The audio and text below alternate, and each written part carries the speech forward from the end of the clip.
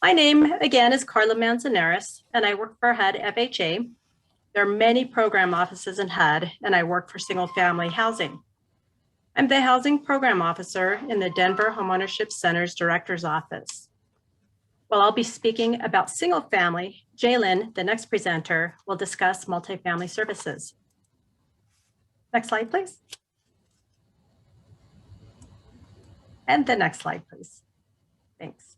The purpose of my presentation is to give you some information on the Denver Homeownership Center and explain how FHA supports disaster assistance by working with other federal agencies to ensure survivors get the help they need. If you're a homeowner with an FHA-insured loan, HUD offers different mortgage assistance options, which I'll get to in a little bit. I'll provide important contact information on how to get help, and there will also be time at the end for questions after Jalen's presentation. Next slide. The HUD Homeownership Centers, or HOCs, as we call them for short, insure single-family FHA mortgages and oversee the selling of HUD homes, among other things. HOCs are organized to serve specific states. There are 4 homeownership centers across the United States. They're located in Philadelphia, Pennsylvania, Atlanta, Georgia, Denver, Colorado, and Santa Ana, California.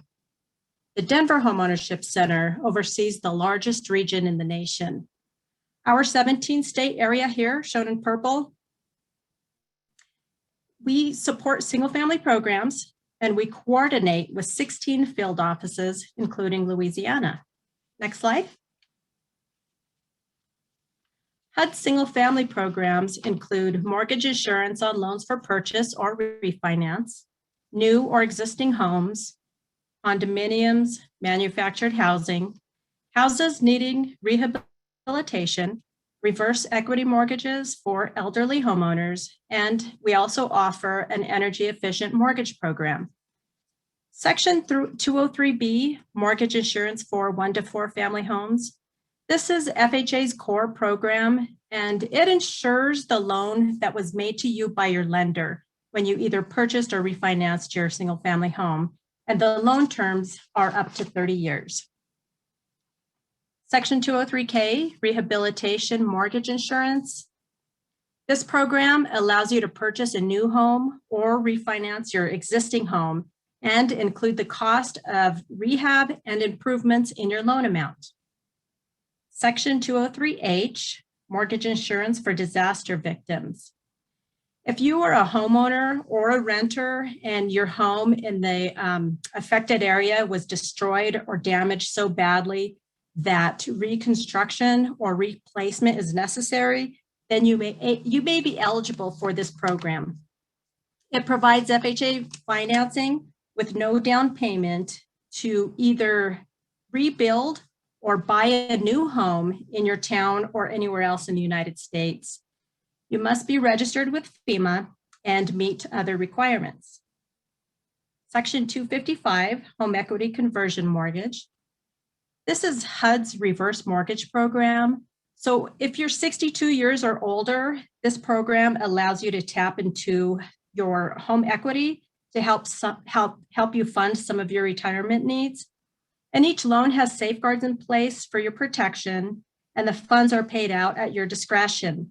So for example, you could choose to get a lump sum of money, or you can have it paid to you in monthly installments, any way you choose. But you're still responsible for paying taxes, insurance, and other assessments if necessary. FHA's energy efficient mortgage can help you save money on utility bills by financing the cost of adding energy efficient features, such as solar panels, etc., to new or existing housing as part of your FHA insured home purchase or refinance. The energy efficient mortgage can be used with any of these programs that I just mentioned. Next slide. If you currently have an FHA insured loan, you may be eligible to receive mortgage assistance depending on what type of loan you have, your income or employment status, the condition of your house, and any other factors. Check with your lender to determine what you may qualify for. And the sooner you contact your lender, the sooner they can assist you. Ask them if you're eligible to receive a temporary postponement of your mortgage payment, and this can give you some time to sort things out. Many lenders will suspend late charges and will not report late payments to credit reporting agencies, so your credit isn't negatively affected. And then when the payment postponement is over, contact your lender again and discuss with them how you can start repaying your mortgage and make a plan for that.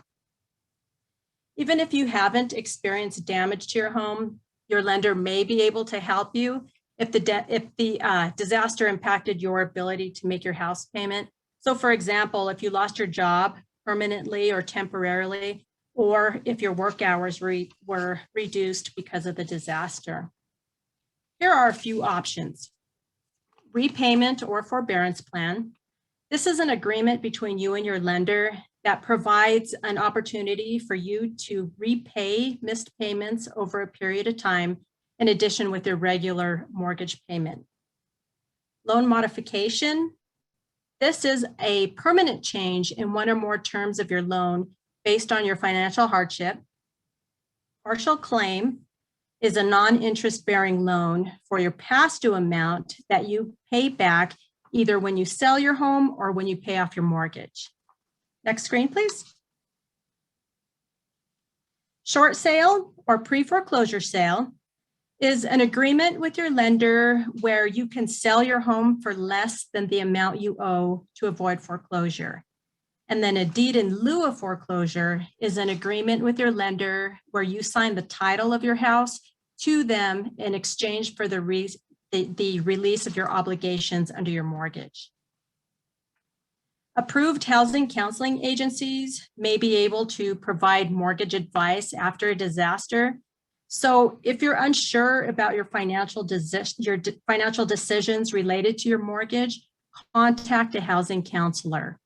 They can also provide guidance with credit cards, student loans, and other debts too. And they have additional information that may help you during your recovery. You may reach HUD's automated housing counselor locator at 1-800-569-4287 or at www.hud.gov/FHA. Next slide, please. So I know I went over this really quickly, but you can get more information about FHA programs at www.fha.gov or www.espanol.hud.gov. You may also contact the FHA Resource Center. Access is available 24/7 through the FHA knowledge base at www.hud.gov/answers. And this is a searchable location of about 2,000 of the most frequently asked questions that we get at FHA, and it's a super good source. I have it bookmarked myself and I use it quite often. And you can email us at answers@hud.gov and of course call 1-800-225-5342 or 1-800-CALL-FHA. And the available hours are from 8 a.m. to 8 p.m. Eastern time, but voicemail is available after hours.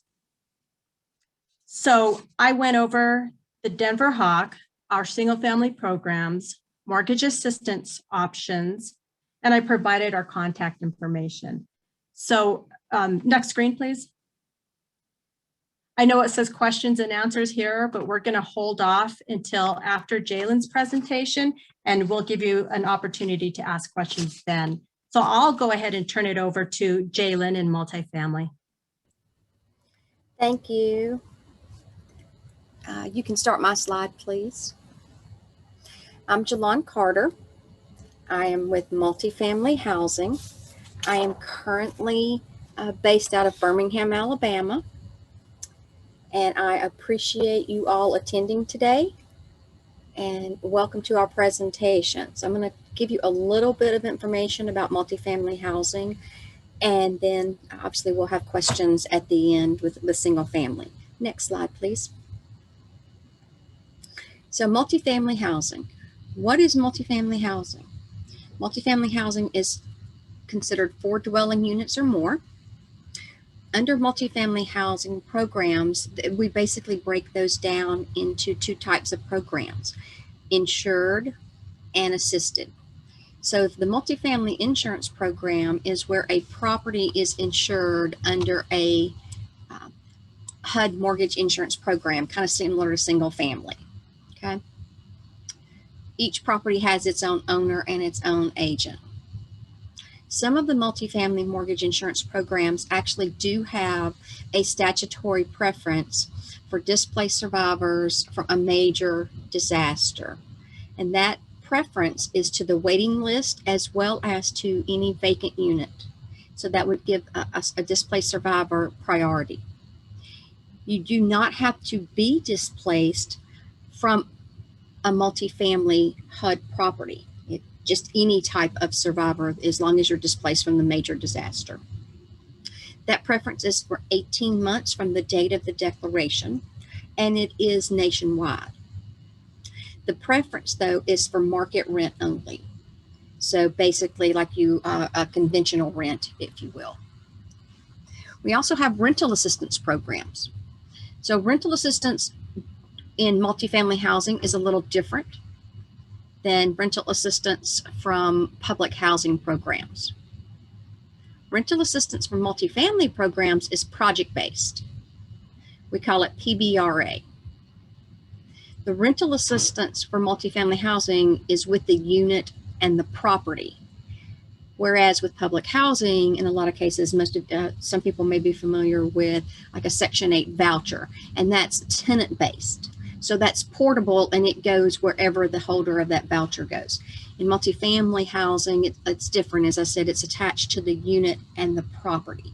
So should you live in a property that has project-based rental assistance and you relocate out, you terminate your lease and you move, the subsidy doesn't follow you, the assistance. In order to receive a preference, the owner of that property would have to have adopted a preference for displaced survivors for you to be able to receive a preference to the waiting list and or a vacant unit.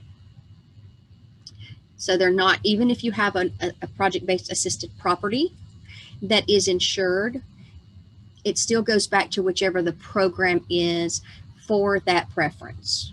Okay, next slide, please. So a disaster occurred. Now, what do you do? So if you were a survivor that lived in a HUD multifamily property, either insured or assisted, it makes no difference. Okay.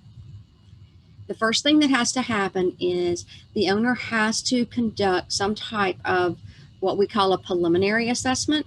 So there's a determination made on whether or not the property and or the unit is habitable. There's a preliminary assessment, and depending on what the level of damage is, there may be an on-site, or in the times we're in now, a virtual assessment, so that we can validate whether or not that property or unit is habitable. If it's deemed that the unit or the property is not habitable, then the owner is required to issue what we call a displacement notice. The displacement notice can be different or may vary between properties, but there are some key points that HUD does require be included in those notices. First is that your lease is suspended. What does that mean? It means it's not terminated. It's just suspended. It also must encourage all survivors to register for FEMA assistance. It may also include what the expectation is for your personal property, whether or not your personal property can remain in the unit or whether it needs to be removed from the unit. Talks about communication, how the owner would like you to communicate with them. Because in some cases, if the property is not habitable and it's not operational, the leasing office may not be, or excuse me, or the management office may not be operational as well. So what is their preferred method of communication, and how do you communicate with them? It also includes a right to return, and I'm going to talk about that a little bit on the next slide a little bit later. So there are responsibilities for the owner as well as the survivor with respect to communication. Excuse me. As a displaced survivor, you want to make sure that you are communicating frequently with the property owner or agent in the method that was outlined in your displacement notice. The reason for that is there are certain requirements that the owner has to communicate not only to you the property status, what the anticipated restoration date is, but they also have to give you a right to return notice. Again, right to return we'll talk about in the next slide. So you need to make sure that you, excuse me, that you are communicating your current contact information, because what will happen is if they don't, when it's time to issue your right to return notice and they don't have a current address for you or a current email address, then they're going to mail that to the last known address. And if you haven't changed your address with the post office, then that last known address may actually be the property. And if the property is not operational, then obviously, you know, you're probably not getting your mail. So that's why it's very important that that information be as up to date as possible.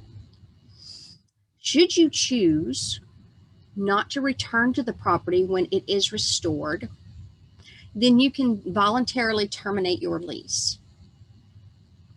If you choose to voluntarily terminate your lease, then you're considered permanently housed and you forfeit your right to return. Next slide, please. So the right to return, I mentioned that a couple of times in the previous slide. So what is your right to return? A displaced survivor from a HUD multifamily property has a right to return to their pre-disaster unit under the lease terms that were in place at the time of the event.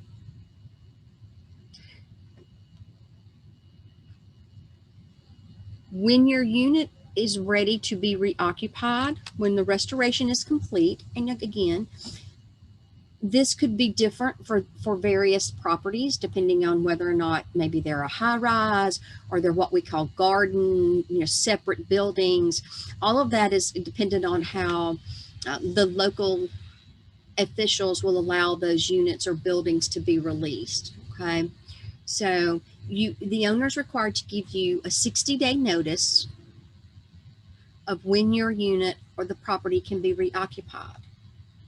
That goes back to what I said, that you want to make sure you keep your current contact information up to date. Because once that 60-day notice is issued, it requires that a displaced survivor provide a response back to that owner within 30 days of their intent. If you're displaced, do you intend to come back to that property under your right to return? Or are you going to choose to find alternative housing, or if you have found temporary housing and you would prefer to stay there, that's totally fine. You just need to notify that owner of what your intent is. If you do not intend to return, then the owner will proceed with normal lease terminations processing. Okay. Now, if you don't respond at all, then the owner will proceed with the normal lease termination under our programs. Okay. Of course, that has to be done in accordance with local law as well. But you know, that's why it's so important to maintain your current contact information, so that you know you get this notice if you are displaced from one of our properties. Again, it doesn't make a difference if it's assisted or insured. These rules are the same.